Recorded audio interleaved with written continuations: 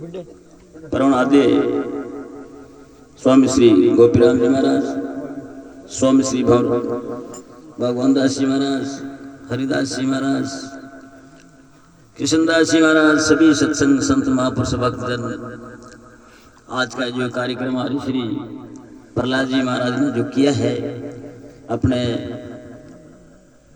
पौत्र प्राप्त करने के उपलक्ष्य में, हम सभी संत महापुरुषों की ओर से, भक्तजनों की ओर से उस पुत्र को आशीर्वाद मिले कि वह युग युग चिरंजीव हो और मुक्त हो। इसी उपलक्ष्य में ये जो सत्संग का आयोजन रखा गया है, तो सत्संग का महत्व क्या है? सत्संग के द्वारा हमें गुरुदेव का ज्ञान होता है। जो मानव जन्म प्राप्त करके गुरुदेव की शरण में नहीं गया है, वह मानव नुग्राही कहलाता है। नुग्रा को ज्ञान नहीं होता है, बोध नहीं होता है, अपने आप को जान नहीं सकता। जो गुरु की शरण में जाता है वही लाभ लेता है। और गुरु भी जो है बड़े विद्वान हो, गैर गंभीर हो, विवेकी हो, उन गुरु की शरण में जाने से लाभ मिलेगा। जो अपने आप को कुछ रास्ता बतला सके, ऐसे गुरु की शरण में जाने से जीवन का उद्धार होता है। और कुछ नहीं जानता, नाम गुरु कहलाने से प्राप्त नहीं होता। जहाँ का गुरु आंध्रा चेला खरा नरंद, अरे अंधे को अंधा मिला दोनों को जन अंधा मिल जाए तो वो कहीं लाभ बता सके, क्या रास्ता बताएगा? तो रास्ता वही बताएगा जो कुछ जानता है, कुछ समझता है कि मानव जन्म का उद्धार कैसे हो, कल्याण कैसे हो, लाभ कैसे हो, मुक्ति कैसे मिलेगी। ऐसा जो अनुभवी गुरु हो वो संसार के जीवन का उद्धार करता है। ये गुरु महाराज की विशेषता है। शिष्य की भी विशेषता है। गुरु देने वाला भी पात्र हो, शिष्य लेने वाला भी पात्र हो, तब जाकर के बात दोनों की बनती है।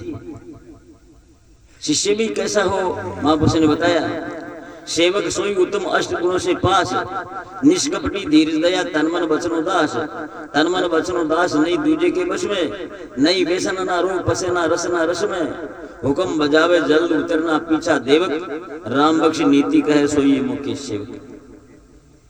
ऐसी जो रहनी करनी में जो रहता है वह सुपात्र है। शिष्य ही ज्ञान का पात्र बनता है। जिसके पास में रहनी करनी होती है वही जो है स्वरूप में, मुक्त पद की मार्ग में, कल्याण मार्ग में पहुंचता है। इसलिए महापुरुष ने बताया, मेरे गुरु ऐसे सामर्थ साईं, गुरुदेव सामर्थ होना चाहिए, ब्रह्मनिष्ठ और ब्रह्मश्रोत्री होना चाहिए। ब्रह्मश्रोत्री शास्त्रों का अनुभवी, ब्रह्मनिष्ठ शास्त्रों का अनुभव होकर के अपने आप को पहचान लिया, अपने आप का बोध हुआ, अपने आप के स्वरूप में स्थित हुआ, वही ब्रह्मनिष्ठ कहते हैं। ब्रह्म ही ब्रह्मविद ताकि बानी वेद, भाषा अथवा संस्कृत कर्त भेद ब्रह्म छेद। ऐसा अनुभव गुरु के द्वारा जब हो जाता है तो उसको ही लाभ मिलता है। मेरे गुरु ऐसे सामर्थ साईं, जन्म मरण के फंद नसाई जीवन मुक्त कराई। जन्मने और मरने का जो फंद है अनादिकाल से लगा हुआ है साथ में ये जीव के, तो ये बार बार जन्मना और बार बार मरना, बार बार माता के गर्भ में जाना और बाहर निकल जाना, फिर वापस चल जाना, फिर निकल जाना, ये क्रिया कब तक चलती रहेगी? जब तक ये भोगों की वासना नष्ट नहीं होगी तब तक ये क्रिया चलेगी। और भोगों की वासना लगी रहेगी तो चलते रहेगी, चलते रहेगी। इसके लिए छुटाना है तो पहले मन के विकारों को वश में करना पड़ता है।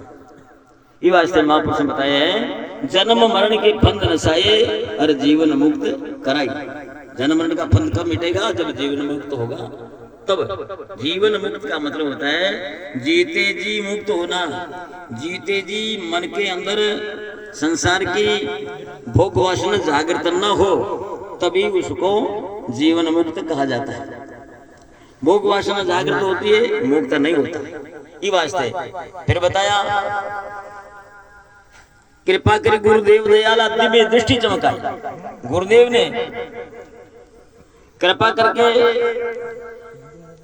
ज्ञान दृष्टि, दिव्य दृष्टि। ज्ञान दृष्टि का मतलब होता है ज्ञान स्वरूप बहुत जागृत होना, ये दृष्टि गुरुदेव के द्वारा जागृत होती है। कृपा करी गुरुदेव दयाल दिव्य दृष्टि चमकाई, अंत प्रकाश अखंडित दर्शा तिमर तुरत नसाई। दिव्य दृष्टि का फिर लाभ क्या?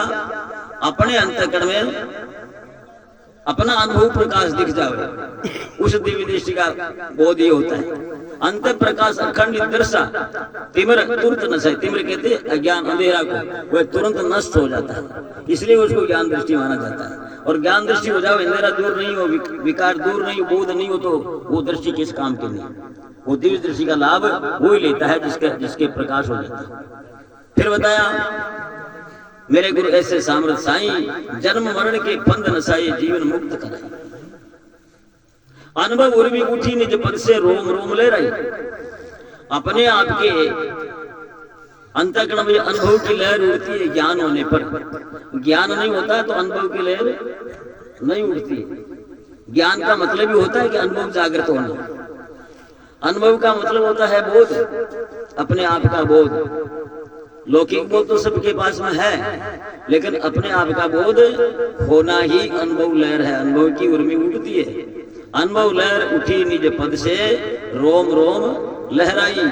मेरा रोम रोम ये कह रहा, मेरा मन का या तन का शरीर का जितना भी चमड़ी शरीर अंतःकरण है, वो सब उस स्वरूप की तरफ जाती रहती है। संसार के पंच विषयों की तरफ न मुड़ती है, ज्ञान दृष्टि की तरफ, ज्ञानाकार वृत्ति की तरफ ही उसकी वृत्तियां हमेशा जागृत रहती है। अनुभव उर्मी उठी निज पद से, रोम रोम लहराई।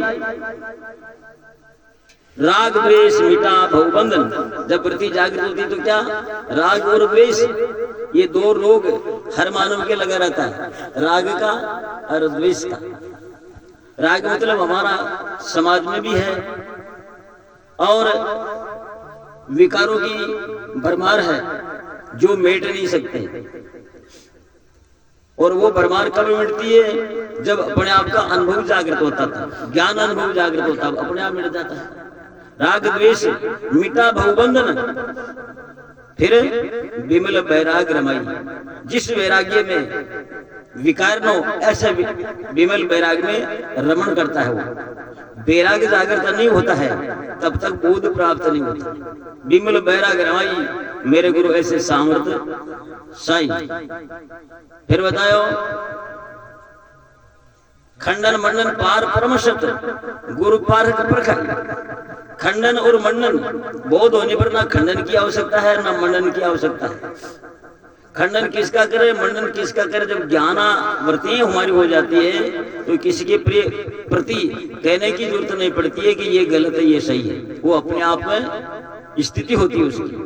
खंडन मंडन पार परम सत्य, गुरु पारक प्रकाई। उसके पार सत्य परक बोध दर्शाई, गुरु पारक प्रकाई। गुरुदेव ने पारक अपना आप का बोध कराया। मेरे गुरु ऐसे सामर्थ साईं, सुधा सिंधु स्वरूप डुबा के सर्व विवाद थकाई। सुधा सिंधु, सुधा कहते हैं अमृत को, सिंधु कहते सागर को। सिंधु अमृत, सिंधु अमृत ज्ञान के अंदर स्थिर करके डुबा करके सर्व विवाद, कोई प्रकार का फिर बोध होने पर उसके पास में विकार नहीं रहता, विवाद नहीं रहता। विवाद तब तक रहता है जब अधूरा रहता है, ज्ञान नहीं होता तब तक विवाद होता है। बोध हो जाता तो विवाद खत्म हो जाता है। पानी का मटका पूरा भर जाता है तो छलकता नहीं है, और खाली रहता है तो छलकता है। फुल भर जाता है तो कितना उसको डुलाओ गुलाओ उसमें छलक नहीं होती, छलक खत्म हो जाती है। और भर जाता है तो स्थिर हो जाता है, खाली तो छलकता है। तो सर्व विवाद थकाई, मेरे गुरु ऐसे सामर्थ साई।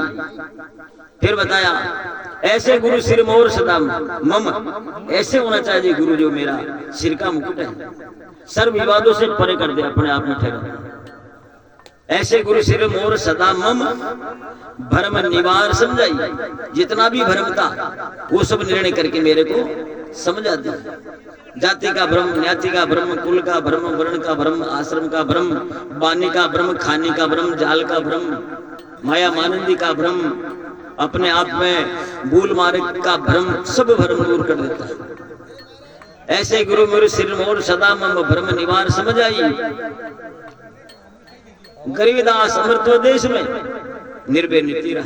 गरीब साहब कहते हैं जब ऐसी स्थिति हो जाता है तो अमृत देश अपना स्वरूप देश में स्थित हो जाता है। अमृत देश में रह करके निर्भय नीति रही, फिर उसके पास में किसी प्रकार का डर नहीं रहता है और अपने आप की स्थिति में ठहर जाता है। इसलिए गुरुदेव ने यह बताया, मेरे गुरु ऐसे सामर्थ साई, जन्म मरण के फंद नसाई और जीवन मुक्त कराई।